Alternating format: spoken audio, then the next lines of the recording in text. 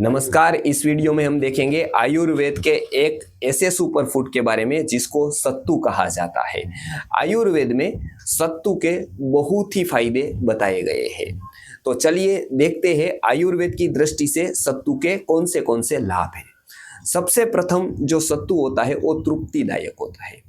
चरक संहिता में बताया गया है कि तृप्तिर आहार गुणानाम, यानी कि आहार के जितने गुण है उसमें तृप्ति प्रधान है, तृप्ति होनी चाहिए।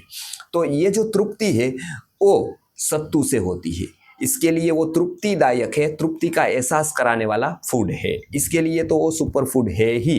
दूसरा उसका सबसे बड़ा गुण है वो बल को देता है तुरंत, मतलब वो सद्य बलदायक है, सद्य शक्तिकर है। जैसे दूध है, वो थका हुआ आदमी पिए तो उसको तुरंत शक्ति मिलती है, बल मिलता है। उसी तरह से सत्तू खाने से भी तुरंत बल की प्राप्ति का अनुभव होता है। दूसरा जो पॉइंट है, मतलब वो जैसे वो तृप्तिदायक है और बलदायक है, उसी तरह से दूसरे नंबर पर वो श्रमहर है और क्लमहर है। श्रमहर यानी क्या कि जब हम शारीरिक रूप से थक जाते हैं तो उसको हमको लगता है कि हम श्रम से थक गए, यानी कि वो श्रम से जो थकान होती है उसको वो दूर करता है। क्लम कहते हैं मानसिक थकान को। जैसे आप अकाउंट्स कर रहे हैं, कंप्यूटर पर काम कर रहे हैं, डिजिटली कोई वर्क कर रहे हैं और उससे आप थक जाते हैं तो उसको कहते हैं मानसिक रूप से थकना, क्लम आना, मतलब कंटाला आना या मानसिक रूप से थक जाना। तो ये इसको भी दूर करता है, यानी कि वो शरीर के थकान को भी दूर करता है और मानसिक थकान को भी वो दूर करता है, यानी कि वो श्रमहर भी है और क्लमहर भी है। तीसरा पॉइंट जो है वो भूख और प्यास दोनों को बैलेंस करता है। कोई चीजें ऐसी होती है जो भूख को बढ़ाती है और कोई चीज ऐसी होती है जो भूख को घटाती है। जैसे पिपली होती है वो भूख को बढ़ाती है और अपामार्ग होता है वो भूख को घटाता है। कोई चीजें ऐसी भी होती है जो प्यास को घटाती है और बढ़ाती है। जैसे आपने सूखा खा लिया तो प्यास लगेगी बहुत ही, और यदि आपने बहुत सारा लिक्विड पिया है तो प्यास कम लगेगी। किंतु सत्तू जो है वो ऐसा है कि वो भूख कम है तो बढ़ाएगा और ज्यादा है तो कम करेगा, प्यास भी ज्यादा लगती है तो कम करेगा और नहीं लगती है तो बढ़ाएगा। तो बैलेंस करने का काम करता है सत्तू, जो अपने आप में एक बहुत ही यूनिक बात है। चौथे नंबर पर है वो आम पाचक है और अनुलोमक है। आयुर्वेद में आम को ही सभी रोगों का कारण बताया है, इसके लिए रोग का नाम भी आमय है। इसके लिए हम स्वस्थ व्यक्ति को निरामयी कहते हैं। तो ये जो है वो आम होता है, मतलब कच्चा रस जो शरीर में होता है उसको पकाने की प्रोसेस में ये सत्तू लाता है। दूसरा अनुलोमक, यानी कि वात की गति को अच्छा करता है, सही करता है, तो वो वायु का अनुलोमन भी करता है। तो ये चार मुख्य जो बहुत ही मुख्य फायदे होते हैं वो ये करता है सत्तू। किंतु वो तभी कर पाता है, ये तभी लाभ हमको दे पाता है जब सत्तू के जो नियम है वो नियमानुसार हम सेवन करें और सत्तू के बनाने की एक शास्त्रोक्त विधि है वो विधि से हम बनाए। तो चलिए हम देखते हैं कि सत्तू को कैसे बनाया जाता है, उसकी शास्त्रोक्त विधि क्या है। तो सबसे प्रथम जो सत्तू है वो चने से भी बनता है और ये जौ से भी बनता है, मतलब दो प्रसिद्ध सत्तू है, हम उसी की यहाँ पर बात करेंगे। तो सबसे प्रथम चना या जौ को सेक लिया, थोड़ा भून लिया और उसके बाद उसका आटा कर दिया। आटा भी कैसा करना है, एकदम बारीक नहीं करना है, उसका जो कुरकुरा आटा कहते हैं जिसको, उस प्रकार का आटा करना है। तो वो आटे को हम कहेंगे सत्तू। अब जो ये सत्तू है उसमें आप जौ से बनाए या चने से बनाए, एक ध्यान रखना है कि वो कुरकुरा जो आटा है उसको छान लेना है और उसके बाद जो तैयार हो गया वो हो गया हमारा सत्तू।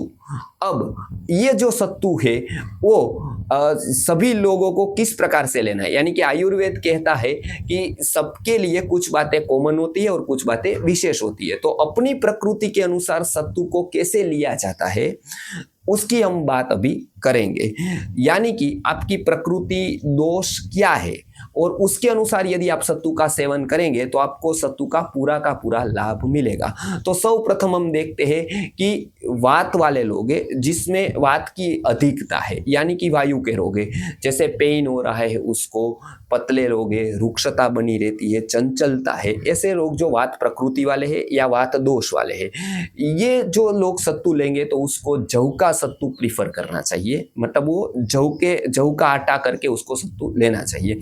अब उसको क्या है, तिल के तेल में भर्जित करना चाहिए, यानी कि वो जो सेक रहे हैं उसमें थोड़ा तिल का तेल डाल देना चाहिए, बराबर है। तो वो भर्जित हो गया सत्तू, जिसको तेल भ्रुष्ट कहते हैं, बराबर है। अब उसमें 1 कप से 1 गिलास जितना पानी लिया, उसमें 1 चम्मच जितना गुड़ डाला, उसके बाद आधा चम्मच जितना जीरू, अजवाइन और मेथी का जो चूर्ण बनाया आपने मिक्सिंग करके वो आधा चम्मच जितना डाला, और उसके बाद पुदीना है वो थोड़े 5-7 पत्ते पुदीना के डालने हैं, और उसके बाद 4-5 बूंद नींबू का रस और थोड़ा सा नमक टेस्ट के लिए डालना है। तो इतना आपका जो तैयार हुआ ये वो हो गया आपका सत्तू का पेय। तो ये सत्तू का पेय यानी कि वो एक प्रकार का पानी हो गया सत्तू से और दूसरी औषधियों से मिश्र किया, वो वात प्रकृति वालों के लिए, वात दोष के लिए बहुत ही श्रेष्ठ आहार भी है और एक प्रकार की औषधि भी है। अब हम देखते हैं कि पित्त प्रकृति वालों के लिए सत्तू कौन सा प्रीफर करना है, कौन सा सत्तू उसको पीना है। तो यहाँ पर हम बात करेंगे कि पहले तो जैसे उसमें जव लिया था, इसमें जव का सत्तू और चने का सत्तू मिक्स करना है, और उसको जैसे 1 चम्मच से 2 चम्मच जितना लेना है। अब ये जो सत्तू है उसको घृत भर्जित करना है, मतलब घी से सेकना है, क्योंकि आयुर्वेद की दृष्टि से घी है वो परम पित्त सामक है। तो वो घृत भ्रष्ट कर दिया। उसके बाद उसको 1 कप से लेकर 1 गिलास के तक के पानी में बराबर मिक्स करना है, मतलब बराबर है। पानी ठंडा लेना है, मटके का ले सकते हैं या कोई भी प्रकार का ठंडा पानी, फ्रीज का नहीं लेना है। तो ये ठंडा पानी ले लिया। अब उसमें लगभग 1 चम्मच जितनी मिश्री डालनी है, मिठास के लिए, स्वीटनेस के लिए। तो मिश्री पित्त शमन भी करती है, इसके लिए मिश्री डालनी है। उसके बाद मुनक्का, सौंफ और इलायची तीनों को मिक्स करके थोड़ा चूर्ण, थोड़ा मिक्सिंग कर देना है, और वो लगभग आधा चम्मच जितना उसमें डालना है, बराबर है। तो पित्त का शमन भी होगा और थोड़ा टेस्ट भी बढ़ जाएगा। और उसके बाद प्रक्षेप द्रव्य यानी कि बाद में डालने वाले पत्तों में हरे धनिये का पत्ता 7-8 पत्ता उसमें डाल देना है। और उसके बाद टेस्ट के लिए 4-5 नींबू के रस के बूंद और थोड़ा सा नमक उसमें डालकर उसको हिला देना है, पूरा तैयार कर देना है। तो ये पेय हो गया, सत्तू का पेय हो गया। वो है पित्त प्रकृति वालों के लिए और पित्त दोष के लिए ये तैयार हो गया सत्तू का पेय। अब हम कफ के दोष या कफ की प्रकृति के बारे में बात करेंगे कि उसको किस प्रकार का सत्तू लेना चाहिए। तो सबसे प्रथम इसको चने का सत्तू ज्यादा उपयोगी है। तो चने का जैसे सत्तू किया, उसको 1 से 2 चम्मच लिया और उसको केवल भ्रुष्ट करना है, भर्जित करना है। उसमें तेल या घी नहीं किया तो चलेगा, क्योंकि ऑलरेडी उसमें स्निग्धता कफ वालों में ज्यादा रहती है। तो उसके लिए केवल भर्जित यानी कि केवल भुना हुआ ही चलेगा। उसके बाद उसको नॉर्मल पानी में उसको लेना है, मतलब नॉर्मल पानी 1 कप से लेकर 1 गिलास तक का नॉर्मल पानी लिया, उसमें बराबर हिला दिया। उसके बाद उसमें आधा से 1 चम्मच जितना हनी डाल देना है, मतलब स्वीटनेस के लिए, मधुरता के लिए। उसके बाद उसमें सूंठ, मरी और पीपली का जो त्रिकटु चूर्ण आता है वो आधा चम्मच जितना त्रिकटु चूर्ण डालकर फिर हिला देना है उसको। और फिर जो पत्ते हैं वो तुलसी के पत्ते 7-8 पत्ते उसमें डाल देने हैं। और फिर टेस्ट के लिए वही नींबू के 3-4 या 5 बूंदे, और उसके बाद थोड़ा नमक टेस्ट के लिए डाल सकते हैं। तो वो पूरा का पूरा हिलाकर उसको पीना है। तो ये होता है कफ दोष या कफ प्रकृति के लिए जो ये पेय तैयार हो जाता है। अब हम देखते हैं कि इसको कब पीना है, यानी कि आइडियल टाइम कौन सा है। तो आइडियल टाइम उसका होता है वो सुबह 9 से 10 बजे तक का होता है और शाम को 4 से 5 बजे तक का होता है। इसके समयानुसार आप पी सकते हैं। बट आपको एक बात खास ध्यान में रखनी है कि सत्तू के लिए जो नियम बताए गए हैं वो खास ध्यान में रखने कि उस समय आप भूलकर भी सत्तू को न पिए। तो हम अब ये जान लेते हैं कि कब सत्तू को नहीं पीना चाहिए, नहीं लेना चाहिए। तो सत्तू को आयुर्वेद में बताया गया है कि रात्रि में नहीं लेना चाहिए। मतलब जैसे दही को रात में नहीं लेना चाहिए, उसी तरह से सत्तू को भी रात में नहीं लेना चाहिए। दूसरी बात ये बताइए कि भोजन करने के बाद तुरंत नहीं लेना चाहिए। जैसे स्नान के विषय में भी ये बताया है आयुर्वेद में कि आपने जब भोजन किया हो तो तुरंत स्नान नहीं करना चाहिए, नहीं तो पाचन डिस्टर्ब होता है। उसी तरह से यदि आपने भोजन किया है तो तुरंत उसके बाद सत्तू को पीना नहीं है। जैसे छाछ आप पी सकते हैं, बट सत्तू नहीं पी सकते हैं भोजन के तुरंत बाद।